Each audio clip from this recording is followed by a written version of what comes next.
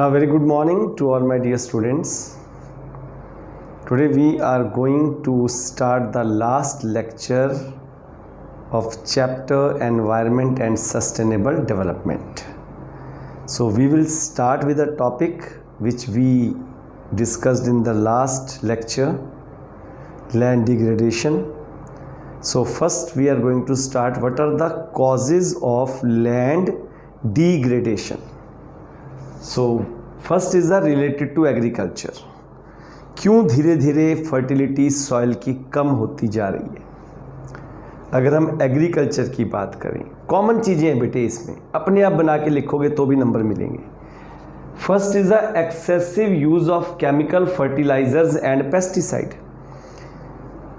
Farmers बेचारे ये सोच लेते हैं कि क्रॉप ज़्यादा हो जाएगी, इस लालच में पेस्टिसाइड्स का यूज़ हो रहा है, इंसेक्टिसाइड का यूज़ हो रहा है, केमिकल फर्टिलाइज़र यूज़ हो रही हैं, और जो उगेगा खेत में जाएगा हमारे पेट में। तो हमारे पास क्या हो रहा है? बीमारियां गिफ्ट में मिल रही हैं। कैसा गिफ्ट? ऐसी इनक्योरेबल डिजीज़ जो कभी सोची भी नहीं। शुगर की प्रॉब्लम, हार्ट की प्रॉब्लम बड़ी कॉमन हो गई है, क्योंकि हम ऑर्गेनिक चीज़ें तो यूज़ नहीं कर रहे।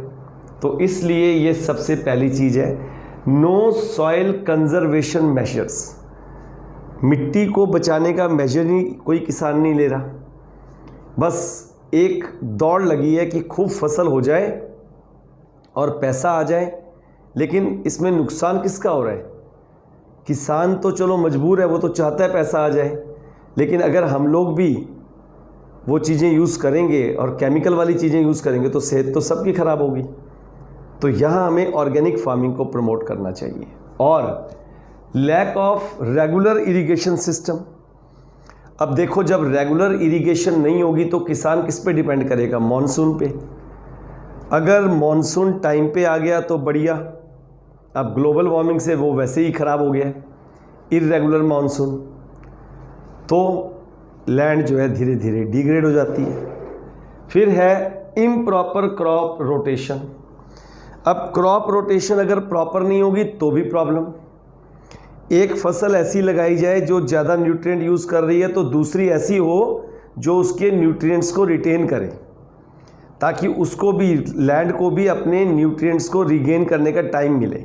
देखो यही लिखा है, growing crop takes away some nutrients from soil, selection of crops should be such that new crop doesn't take away the same nutrients which earlier crop had taken. It will give time to the soil to regain the lost nutrients. इसको अपने words में भी आप लिख सकते हो। Next is the shifting cultivation. जो ज़्यादातर फॉरेस्ट एरियाज होते हैं, in the forest abundant areas, वहाँ पर शिफ्टिंग एग्रीकल्चर होती है। एक थोड़ी सी एरिया को साफ किया, वहाँ फसल शुरू कर दी, कल्टीवेट किया, कुछ समय तक यूज़ करते रहे, पानी आया बार बार, तो वो वहाँ की फर्टिलिटी गई, क्योंकि जो एरिया फॉरेस्ट एबंडेंट होगा वहाँ फर्टिलिटी बहुत होगी। जिस एरिया को वो खाली करके वहाँ पर अपना कल्टीवेशन करेंगे, धीरे धीरे वहाँ की फर्टिलिटी लूज़ हो जाएगी, लैंड डिग्रेड हो जाएगी। फिर अगला जंगल काट दिया, वहाँ शुरू कर दिया। ऐसे करते करते धीरे धीरे सारी ये लॉस किसको हो रहा है? हमारी टोटल वेजिटेशन को। तो डिफॉरेस्टेशन जो है ये एक बहुत बड़ी प्रॉब्लम है, ठीक है, शिफ्टिंग कल्टीवेशन की। और misuse of the open access resources, जहाँ पर गवर्नमेंट का कोई खास कंट्रोल नहीं है। रिवर्स, वहाँ सारा गंदा पानी वहाँ गिर रहा है, ये देखो। Rivers, underground water resource, open park, roads, rivers are polluted with the sewage water. Discharge of the polluted waste from the factories fall into the river. Land के ऊपर हम जो है पार्क में जाते हैं, litter here and there, no common sense that how to use the public place. तो ये सब लॉस किसको है? पॉल्यूशन हमें मिल रहा है गिफ्ट में। Air pollution, water pollution, noise pollution, ये सब हमें मिल रहा है। और फॉरेस्ट्री रिलेटेड फैक्टर्स क्या हैं? सबसे पहले लार्ज स्केल डिफॉरेस्टेशन, बहुत ज़्यादा हम पेड़ों को काट रहे हैं, इससे वेजिटेशन ख़त्म हो रही है। Excessive fuel wood and fodder extraction,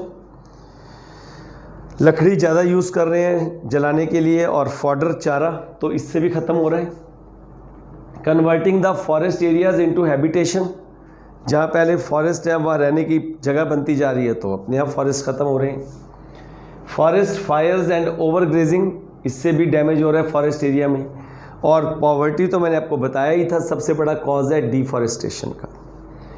अब बात करते हैं एयर पॉल्यूशन क्या है। बड़ी कॉमन सी बात है, एयर में सबसे एसेंशियल एलिमेंट है ऑक्सीजन, और जब वही पॉल्यूशन हो जाए और ये एसेंशियल एलिमेंट मिस हो जाए तो क्या हो जाएगा, हमारी लाइफ ख़त्म हो जाएगी। ये देखो, pollution of air implies pollution of the essential element of life, accordingly the quality of life is impaired. Water pollution क्या है, पानी कंटेमिनेटेड हो गया, ख़राब हो गया, क्योंकि उसी पानी में हमने बहुत सारी मिलावट कर दी। सीवेज वाटर जा रहा है रिवर्स के अंदर, इसी तरह जो फैक्ट्री से पॉल्यूटेड वाटर है वो रिवर में गिर रहा है, कैनाल्स के अंदर गिर रहा है, तो धीरे धीरे वाटर पॉल्यूशन बढ़ता जा रहा है। ये देखो, leading to the disease like diarrhoea and hepatitis. Noise pollution, आज अब मशीन का युग है, हमने बहुत ज़्यादा अपने आप को मैकेनाइज कर लिया। So mechanisation has raised the levels of efficiency, but it has also increased the level of noise pollution. Common सी बात है, इसको आप लिख सकते हो। तो ये तो सारा हो गया, ये हमने पढ़ लिया पहले लैंड डिग्रेडेशन के causes, water pollution, noise pollution. अब क्या गवर्नमेंट ने स्ट्रेटजीज बनाई एनवायरमेंटल डैमेज को कंट्रोल करने के लिए? तो सबसे पहले क्या किया गवर्नमेंट ने, एयर पॉल्यूशन को कैसे कंट्रोल किया जाए। Non conventional sources of energy, wind energy, solar energy, इससे क्या होगा, अपने आप पॉल्यूशन कम हो जाएगा, थर्मल पावर कम बनेगी, और थर्मल पावर से बहुत ज़्यादा आपको पता है पॉल्यूशन बढ़ता है। तो विंड और सोलर एनर्जी एक बहुत अच्छा विकल्प है हमारे एयर पॉल्यूशन को कम करने का। इसी तरह CNG, कॉम्प्रेस्ड नेचुरल गैस हम यूज़ कर रहे हैं, बहुत कम पॉल्यूशन है compare to diesel and petrol vehicles. Alternative mediums of cooking in the rural areas, वहाँ पर गोबर गैस लगाई जा रही है, LPG उनको प्रोवाइड किया जा रहा है, उज्ज्वला योजना जो मैंने आपको बताई थी। And at the same time जो वेस्ट है इस गोबर गैस का, उसको हम एक ऑर्गेनिक फर्टिलाइज़र और सॉइल कंडीशनर की तरह यूज़ करते हैं। इससे हमारा एयर पॉल्यूशन कंट्रोल हो जाएगा। कॉमन बेटे, इसमें सब बातें वो हैं जो आपको पता हैं, बस आपको पॉइंट्स मिल रहे हैं और आपने उसको जॉट डाउन करना है। अब ध्यान से अगला देखो, to contain water pollution and land degradation. अब क्या करना है, बायो कंपोस्ट, यानी फार्मर्स जो है वो ऑर्गेनिक कंपोस्ट की तरफ आ जाएं, केमिकल फर्टिलाइज़र्स को छोड़ दें, पेस्टिसाइड को छोड़ दें। इससे हमारा ग्राउंड वाटर का लेवल बहुत ख़त्म होता जा रहा है, जो ग्राउंड वाटर लेवल है वो कम होता जा रहा है। पानी नहीं मिलेगा तो फसल कैसे होगी, हर तरफ ड्राउट वाला सिचुएशन आ जाएगी। ये देखो, so it is eco friendly. इसी तरह केमिकल फर्टिलाइज़र्स के अल्टरनेटिव ढूंढ रहे हैं, क्या, जैसे कि प्लांट्स लाइक नीम, वहाँ से पेस्टिसाइड बनाए जाएं, बर्ड्स एंड एनिमल्स को हम यूज़ करें, जैसे owls, peacocks, lizards, to clear the insecticide की जगह इनको यूज़ किया, और मिक्स्ड क्रॉपिंग पैटर्न को यूज़ किया, ताकि हमें क्या करना ना पड़े, ज़्यादा केमिकल्स का यूज़ ना करना पड़े, केमिकल पेस्टिसाइड का ऑल्टरनेटिव। इसी तरह मिनी हाइडल प्लांट्स लगाए जा रहे हैं माउंटेनियस रीजन्स के ऊपर, क्योंकि वहाँ पर जगह की कमी है। तो अगर वो छोटे छोटे हाइडल प्लांट्स होंगे तो सेव हो जाएगा। देखो, ट्रांसमिशन की कॉस्ट, वो कहता है it avoids the need of large scale transmission towers and cables and avoid the transmission loss. तो ये हमने पढ़ लिए वाटर पॉल्यूशन को और लैंड डिग्रेडेशन को बचाने के तरीके। एनवायरनमेंट को कैसे इंप्रूव किया जाए, eco friendly products. Eco friendly products का मतलब, सबसे पहले तो देखो वो बात करता है, these products do not cause harm to the environment. Presently cosmetic हम जो यूज़ कर रहे हैं, क्रीम्स यूज़ कर रहे हैं, केमिकल है सारा, नेचुरल नहीं है। तो कॉस्मेटिक जो हमारी हैं उनमें अगर केमिकल है तो हमारी स्किन के अंदर भी कैंसर जैसी गंदी बीमारियां हो जाती हैं। और इसके साथ ही हेल्थ प्रोडक्ट में हम जितनी एलोपैथिक मेडिसिन यूज़ कर रहे हैं सब केमिकल्स हैं। बीमारी को तो दूर कर देती हैं, साथ साथ बीमार को भी दूर कर देती हैं, इंसान भी धीरे धीरे ख़त्म हो जाता है।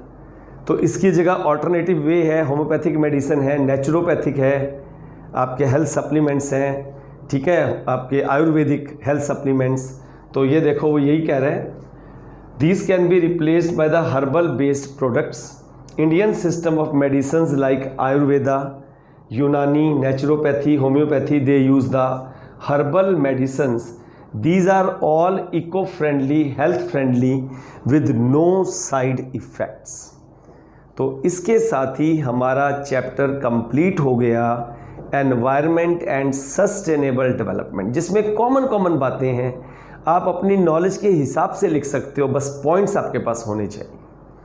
मुझे पूरी उम्मीद है कि आपको ये सारा चैप्टर समझ आ गया होगा। आप पूरा ध्यान से इसको बार बार सुनोगे, आपको और जल्दी समझ आ जाएगा। और अभी तो मेरे जो क्लास वाले बच्चे हैं उनके लिए तो मैंने ये सिस्टम कर दिया है कि आपको गूगल मीट पे सेशन एक मिलेगा, एक लेक्चर आप सुनोगे, अगले में हम डिस्कस करेंगे, तो और भी जल्दी रिवीजन हो जाएगी। तो बाकी जो बच्चे हैं जिन्होंने मुझे सब्सक्राइब किया, स्कूल से रिलेटेड नहीं है, उनसे एक ही बात कहूँगा, आप कमेंट बॉक्स में अपने कमेंट्स ज़रूर भेजो कि आप क्या चाहते हो, कौन से टॉपिक पे समझना चाहते हो। मैं आपके लिए ज़रूर वीडियो भेजूँगा। मैं चाहता हूँ कि इस कोरोना के टाइम में अगर मैं आपकी ये हेल्प कर पाऊँ तो I will be highly thankful to almighty and hope that you all will enjoy my teaching and will learn with full enthusiasm. God bless you all.